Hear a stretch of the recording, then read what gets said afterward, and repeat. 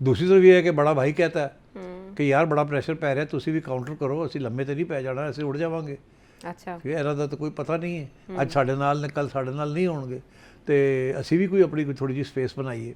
अच्छा, ਤੇ फिर शहबाज शरीफ से इधरों आया प्रेशर, बड़े भाई की बात सुन के बड़े साहब को फ़ोन किया होगा, अच्छा, जैसे बड़े साहब की बात सुन के बड़े भाई को फ़ोन करते हैं। तो उधर से फिर बड़े साहब ने ये कहा होगा कि पहले तो I don't think they would have liked it, बड़े साहब को ये बात पसंद नहीं आई होगी, because they don't like Mahmood Achakzai. Achakzai साहब, ठीक है ना, and they think he is a trouble maker, और उनके ऊपर बड़े इल्ज़ाम भी लगाए मैंने पहले कि वही एंटी पाकिस्तान ये वो, और सबसे बड़ी बात इमरान खान साहब के नामजद करदा है वो। हाँ एब्सोल्युटली। तो इसलिए मेरा ख्याल है वहाँ बात पसंद तो नहीं आई होगी, मगर मेरा ख्याल है फिर यहाँ से ये कहा गया होगा कि देख, हाँ, ग्रीन तो एंड ये रेड। आप कुछ इसमें से इशारा समझ रहे हैं? इशारा आपको ये दे रही हो कि बहुत अरसे से पीटीआई के लिए रेड कार्ड था, लेकिन अब थोड़ा थोड़ा रिफ्लेक्ट कर रहा है, पाकिस्तान तहरीक इंसाफ का परचम याद आ रहा है, इसलिए तारीफ कर सकती मफलर, हूँ। Scarf, cravat, call it what you will. But it's looking very good actually. The colors it has like green and kind of maroon. Yes. ये थोड़ा रिफ्लेक्ट कर रहा है पाकिस्तान तहरीक इंसाफ का परचम याद आ रहा है इससे मुझे। ग्रीन तो पाकिस्तान है ना, या green is Pakistan but maroon is there, तो मैरून, हाँ हाँ maroon is there. Pakistan Tehreek Insaf के झंडे में ग्रीन एंड रेड है। अच्छा, हाँ, ग्रीन तो एंड ये रेड। आप कुछ इसमें से इशारा समझ रहे हैं? इशारा आपको ये दे रही हो कि बहुत अरसे से पीटीआई के लिए रेड कार्ड था, लेकिन अब थोड़ा थोड़ा हरी झंडी। बिहाइंड द सीन्स क्या चला कि 5 माह से जो तकर्री रोके रखी, यकदम ऐसा क्या हुआ कि उनको अपॉइंट कर दिया गया, एंड द स्पीकर साहब is please to appoint him, okay. And जो पाकिस्तान तहरीक इंसाफ के अकाउंट्स हैं कनाडा के या ओवरसीज़, वो सारे इसको वेलकम कर रहे हैं, और इवन की तहरीक तहफ़्फ़ुज़ आईन पाकिस्तान के प्लेटफॉर्म से रीट्वीट किया जा रहा है उनके ट्वीट्स को कि इमरान खान साहब की हकीकी आज़ादी की तरफ एक कदम है। क्वेश्चन इज स्टिल देयर, 5 महीने के बाद क्यों और कैसे, और क्या इसके पीछे किसी स्टेट्समैन का हाथ है? देखिए, पहली बात तो ये है कि any step taken by the government and opposition for मुज़ाकरात अच्छे स्टेप है ना। तो ये इसके साथ तो ये होगा कि पहले अब बैठेंगे इकट्ठे, बहुत सी बातें जो हैं जो पहले तय नहीं हो पा रही थी, कमेटी से ये छोड़ गए और बहुत कुछ हो रहा था बातें, तो अगर ऑपोजिशन लीडर होंगे तो फिर ही विल सारा दिन वॉकआउट तो नहीं करेंगे ना, फिर वहाँ बैठ के कोई बातचीत होगी। हो सकता है इसके साथ वापस कोई कमेटीज़ में पीटीआई वापस आ जाए, स्टैंडिंग कमेटीज़ में वापस आ जाए, और बहुत से इश्यूज हैं जो कि डिस्कस करने वाले हैं, इलेक्शन कमीशन का इशू है, एटसेट्रा एटसेट्रा। तो ये तो एक अच्छी डेवलपमेंट है। हाँ, लेकिन नामुमकिन लग रही थी ना, जैसे महमूद अचकज़ई साहब की रेजिस्टेंस और एंटी एस्टेब्लिशमेंट पॉलिसी की आप बात करते रहे, ये कैसे हो गया? हाँ, ये आपका बड़ा वैलिड सवाल है।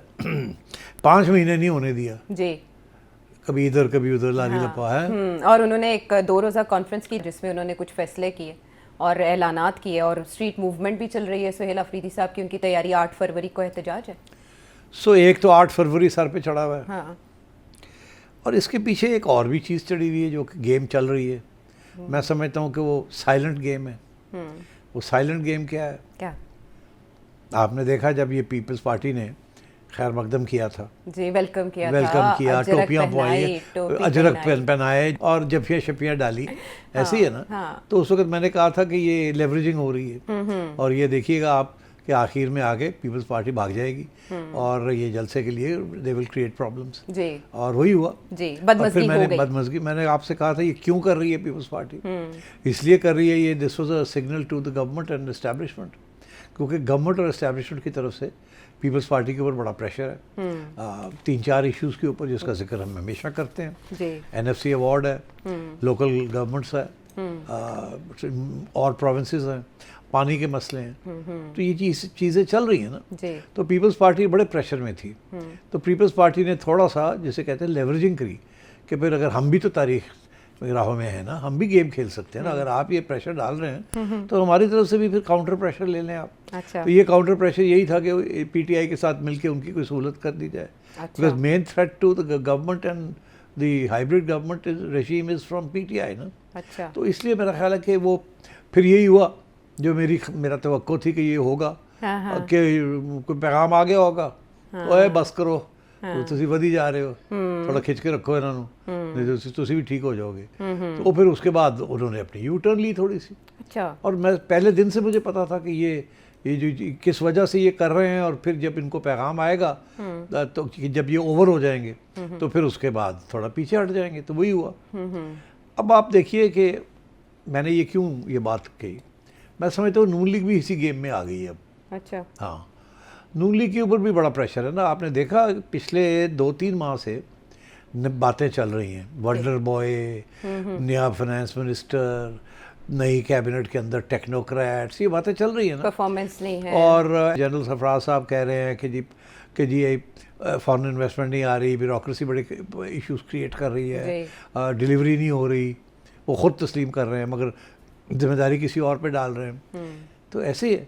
इसका ये मतलब है कि there was pressure on the government also, जैसे there was pressure on the Peoples Party, I think there was pressure on the Noon League also. फिर ये भी बात चल रही थी कि जी मरियम नवाज शरीफ के जो रिफॉर्म्स हैं वो बड़े अच्छे हैं पीस मील, मगर उसका कोई इम्पैक्ट नहीं हो रहा, पीटीआई की कमर नहीं टूट रही, पीटीआई अभी भी बड़ी पॉपुलर है पंजाब में। तो ये सारी बातें एक किस्म की तनकीद हो रही थी। और फिर यहाँ तक कुछ लोगों ने कहा जी 6 माह की टाइम दे दिया, दे दी गई, हाँ दे दिया गया है कि फिर 6 माह के उसकी तरदीद चलवाई गई, हाँ फिर तरदीद चलाई गई। और तो मैं उसी वक्त आपसे ये कह रहा था कि ये प्रेशर टैक्टिक्स है, कोई गवर्नमेंट तब्दील होने नहीं जा रही, कोई शहबाज शरीफ साहब की जगह पे कोई नया बंदा नहीं आ रहा, मगर ये प्रेशर टैक्टिक्स हैं। और क्योंकि तकलीफ़ हो रही है ना, जब ग्रोथ नहीं हो रही, गुर्बत बढ़ रही है, रियल वेजेस गिर रही हैं, फॉरेन इन्वेस्टमेंट आ नहीं रही, तो आपने स्टेबल तो कर लिया इकॉनमी को, मगर वो जो दूसरा पार्ट है ऑफ ग्रोथ वो नहीं हो रहा, जिसकी वजह से सारी तनकीद जो है वो जा रही है वहाँ। क्योंकि वो कहते हैं, लोग यही कहते हैं ना, ये उन्होंने दी गवर्नमेंट है, कहते हैं फॉर्म 47 गवर्नमेंट है, और फॉर्म 47 किसने करवाया है। तो इसलिए वो बड़े सेंसिटिव हो गए इन चीज़ों से। अच्छा। कि जी ये सारी जो बोझ है वो हमारे ऊपर आ रहा है, गवर्नमेंट अपना बोझ नहीं उठा रही। क्योंकि देखिए गवर्नमेंट को कोई नहीं क्रिटिसाइज़ करता ना, वो लोग कहते हैं कि गवर्नमेंट किसी ने बनाई है, जो उन्हीं की हाइब्रिड रजीम है। हाँ हाइब्रिड रजीम है, तो बॉस कौन है। तो हम भी यही कहते रहते हैं बॉस कौन है। तो अब बात ये है कि आई थिंक ये तकलीफ जैसे कहते हैं ना थोड़ी सी, वो पंजाबी का चुभ रही है गल है। तो फिर वहाँ से काउंटर आया कि जी ये काबीना के अंदर प्रोफेशनल्स टेक्नोक्रेट्स लेके आएँ, ग्रोथ ओरिएंटेड स्ट्रेटजी करें, टैक्सेस को रिड्यूस करें, ये सारी बातें आ रही है ना जी। ये गवर्नमेंट तो नहीं कर रही ना, ये गवर्नमेंट के ऊपर तनकीद आ रही है। कहाँ से तनकीद आ रही है? जाहिर है फीड किया जाता ना कि यार ये मसले हैं, जब आप बात करते हैं उन लोगों के साथ तो आगे से इस किस्म के कंप्लेंट्स आते हैं, तो फिर ये इट बिकम्स तो मैं समझता हूँ नून लीग भी अंडर प्रेशर है। अच्छा। जैसे पीपल्स पार्टी अंडर प्रेशर है to give up its demands, similarly, और उसको काउंटर करने के लिए पीपल्स पार्टी ने भी थोड़ा सा प्रेशर, काउंटर प्रेशर क्रिएट किया है। उधर नून लीग ने के ऊपर भी प्रेशर है इसी किस्म का। तो अब मेरा ख्याल है नून लीग ने भी एक काउंटर करने के लिए एक छोटी सी ये चीज़ चल दी है। अच्छा, ये नून लीग की वजह से हुआ। अब बात यह है कि एक तरफ तो मैं कहता हूँ कि शहबाज शरीफ साहब कोई बात नहीं करते चेक किए बगैर, कोई मेजर फैसला नहीं करते, ऐसे ही है ना जी। आप कहते हैं कर ही नहीं सकते। हाँ, मैं कहता हूँ कि वो हर बात पूछ के करते हैं। हाँ।